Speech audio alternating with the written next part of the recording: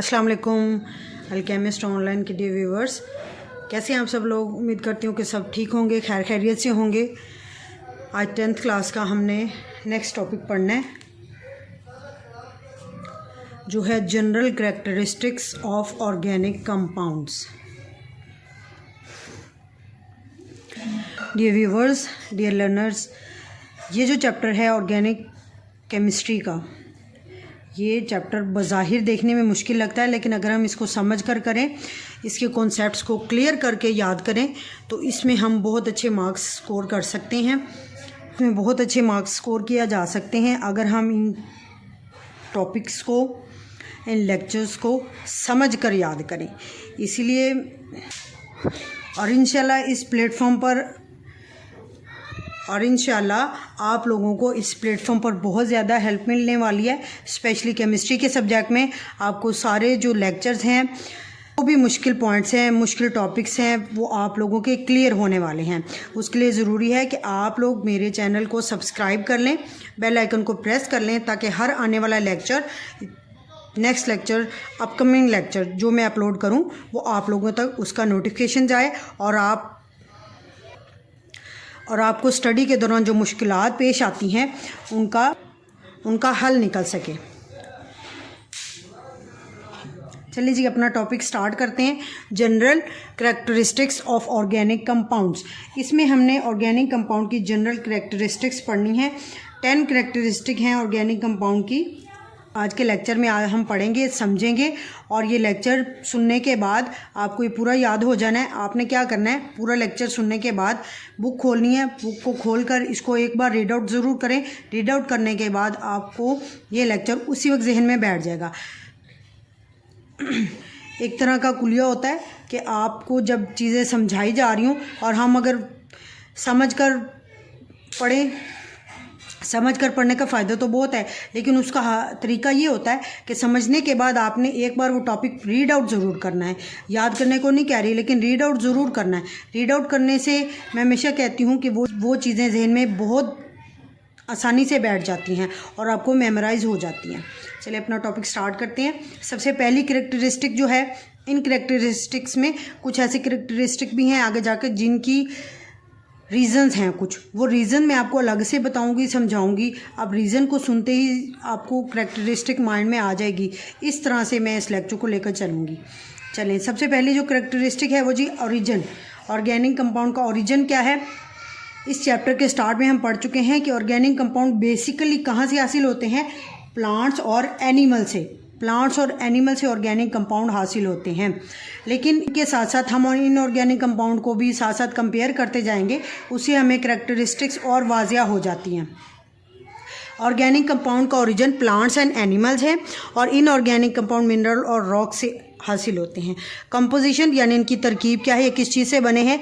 Basically जो इनका element है जो ऑर्गेनिक कंपाउंड बनाता है, वो ज़्यादातर कार्बन एटम है। कार्बन एटम एसेंशियल कॉन्स्टिट्यूएंट है, यानी सबसे ज़रूरी जो एलिमेंट है ऑर्गेनिक कंपाउंड में जिसका वजूद ज़रूरी है वो है कार्बन एटम। और ये ज़्यादा भी है, ज़रूरी भी है, ज़्यादा भी है, यानी कि 80% तक जो भी ऑर्गेनिक कंपाउंड होगा उसके अंदर कार्बन ही होगी।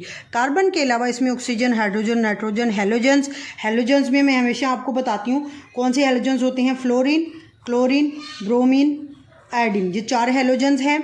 इनको कलेक्टिव एक नेम दिया जाता है हेलोजन का। इनमें से कोई एटम होगा कार्बन के साथ, और सल्फ़र, ये एटम हो सकते हैं कार्बन के साथ, लेकिन कार्बन का होना मस्ट है।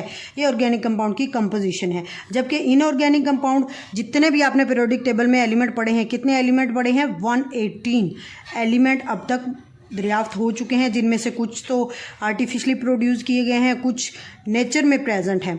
वो सारे एलिमेंट इनऑर्गेनिक कंपाउंड बनाते हैं, लेकिन जो ऑर्गेनिक कंपाउंड में यही वाले एलिमेंट हैं, ये मिलकर ऑर्गेनिक कंपाउंड को कंपोजिट करते हैं, बनाते हैं। नेक्स्ट प्रॉपर्टी इनकी है कोवलेंट लिंकेज। ऑर्गेनिक कंपाउंड की जो बॉन्डिंग है ना, इसकी नेचर कोवलेंट है, और साथ ही ये पोलर भी हो सकते हैं, नॉन पोलर भी हो सकते हैं, यानी दोनों तरह की कोवलेंट बॉन्डिंग होती है ऑर्गेनिक कंपाउंड के अंदर, पोलर और नॉन पोलर। जबकि इनऑर्गेनिक कंपाउंड, इनके अंदर सिर्फ और सिर्फ आयनिक बॉन्ड होता है, ज़्यादातर इनके अंदर आयनिक बॉन्ड ही होता है।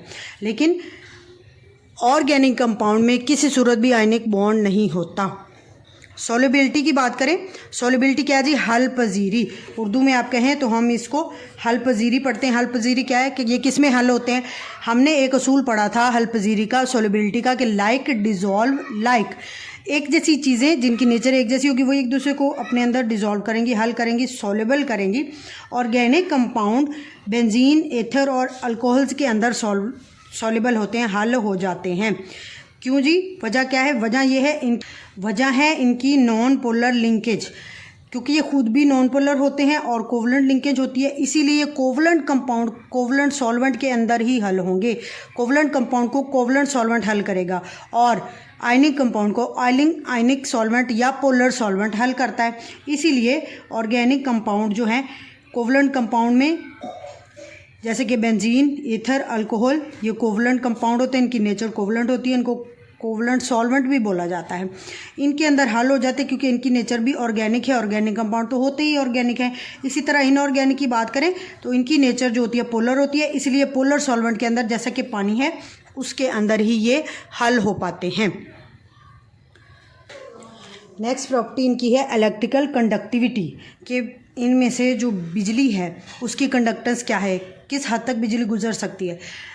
ऑर्गेनिक कंपाउंड याद रखना ये पुअर कंडक्टर्स होते हैं इलेक्ट्रिसिटी के, जबकि इनऑर्गेनिक कंपाउंड बहुत अच्छे गुड कंडक्टर्स हैं इलेक्ट्रिसिटी के।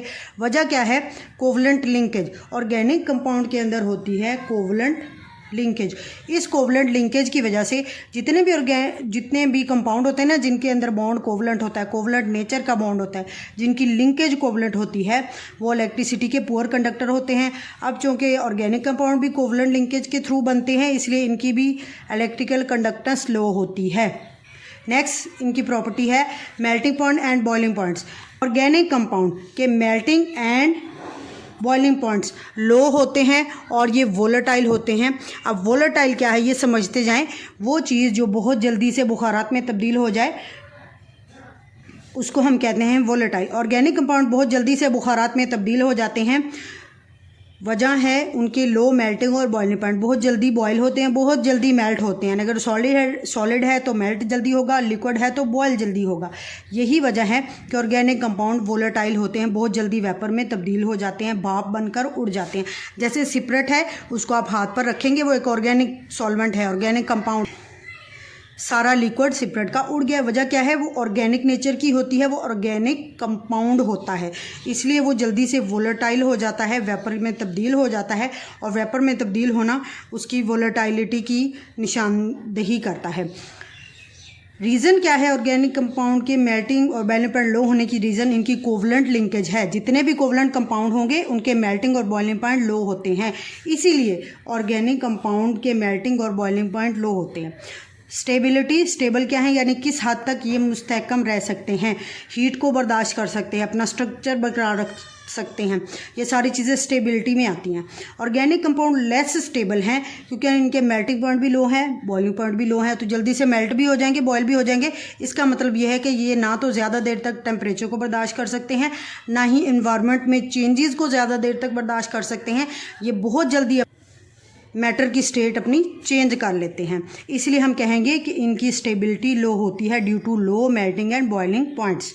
नेक्स्ट इनकी प्रॉपर्टी है जी कंबस्टिबिलिटी। आग किस हद तक जल्दी पकड़ते हैं ये? ऑर्गेनिक कंपाउंड बहुत जल्दी आग पकड़ लेते हैं। वजह क्या है? वजह है इनके अंदर मौजूद carbon atom. Organic compound highly combustible होते हैं, वजह है इनके अंदर मौजूद कार्बन एटम। कार्बन एटम की परसेंटेज ज़्यादा होने की वजह से ऑर्गेनिक कंपाउंड बहुत जल्दी आग पकड़ लेते हैं और इसलिए उनको कंबस्टिबल बोला जाता है, हाईली कंबस्टिबल बोला जाता है, क्योंकि कार्बन एटम की ये खासियत है कि वो बहुत जल्दी आग पकड़ लेता है, बर्न हो जाता है, जल जाता है। ये ऑर्गेनिक कंपाउंड के अंदर मौजूद होता है, इसलिए ऑर्गेनिक कंपाउंड हाईली कंबस्टिबल होते हैं। नेक्स्ट प्रॉपर्टी है इनकी आइसोमरिज्म। ऑर्गेनिक कंपाउंड आइसोमरिज्म का फिनोमेना शो करते हैं। इसी चैप्टर के स्टार्ट में मैं इसको समझा चुकी हूँ, फिनोमेना को बहुत अच्छी तरह से समझा चुकी हूँ, क्लैरिफाई कर चुकी हूँ। अगर किसी को इसके बारे में कोई कन्फ्यूजन है तो उस लेक्चर को विज़िट कर लें, आपको ये सारा पॉइंट क्लियर हो जाएगा कि आइसोमरिज्म है क्या। और ये खसूसियत सिर्फ और सिर्फ ऑर्गेनिक कंपाउंड की होती है कि वो आइसोमरिज्म शो करते हैं। नेक्स्ट प्रॉपर्टी क्या है, rate of reaction. Rate of reaction क्या है, ऑर्गेनिक कंपाउंड का रेट ऑफ रिएक्शन बहुत स्लो होता है और इसके लिए इसको स्पेसिफिक टेम्परेचर, प्रेशर और कैटलिस्ट चाहिए होता है। ऑर्गेनिक कंपाउंड रिएक्शन तो देते हैं, ये नहीं कि रिएक्शन नहीं देते, लेकिन इनके रिएक्शन बहुत स्लो होते हैं और उसके लिए मखसूस इनको टेम्परेचर, प्रेशर और कैटलिस्ट चाहिए होता है, तभी ये रिएक्शन देते हैं। और ऑर्गेनिक कंपाउंड के रिएक्शन स्लो होने की वजह क्या है, वो भी वजह इनकी कोवलेंट लिंकेज है और इनके रिएक्शन मॉलिक्यूलर होते हैं, क्योंकि ऑर्गेनिक कंपाउंड मॉलिक्यूल से बने होते हैं। कोवलेंट कंपाउंड जो भी होते हैं वो उनका स्ट्रक्चर मॉलिक्यूलर स्ट्रक्चर होता है, इसलिए ऑर्गेनिक कंपाउंड भी जो कि मॉलिक्यूलर स्ट्रक्चर रखते हैं, इनके रिएक्शन भी मॉलिक्यूलर होंगे। कोवलेंट लिंकेज की वजह से ये रिएक्शन स्लो रेट पे हो रहे होते हैं, बहुत टाइम लेते हैं और साथ ही साथ टाइम के साथ साथ इनको स्पेसिफिक टेम्परेचर, प्रेशर और कैटलिस्ट की कंडीशन भी रिक्वायर होती हैं। आज का लेक्चर यहाँ पर वाइंड अप करते हैं। नेक्स्ट टॉपिक और अच्छे अंदाज में और सादा अल्फाज में आप लोगों के लिए लेकर आऊँगी, इसलिए अल्केमिस्ट ऑनलाइन को सब्सक्राइब करना मत भूलें और बेल आइकन को प्रेस कर दें ताकि हर न्यू आने वाला लेक्चर आप लोगों के नोटिफिकेशन बार में शो हो सके और आप लोगों का केमिस्ट्री पढ़ने का जो ये सफ़र है ये बहुत आसान हो सके। Thank you so much. अपना ख्याल रखें, अपने प्यारों का ख्याल रखें। अल्लाह हाफिज़।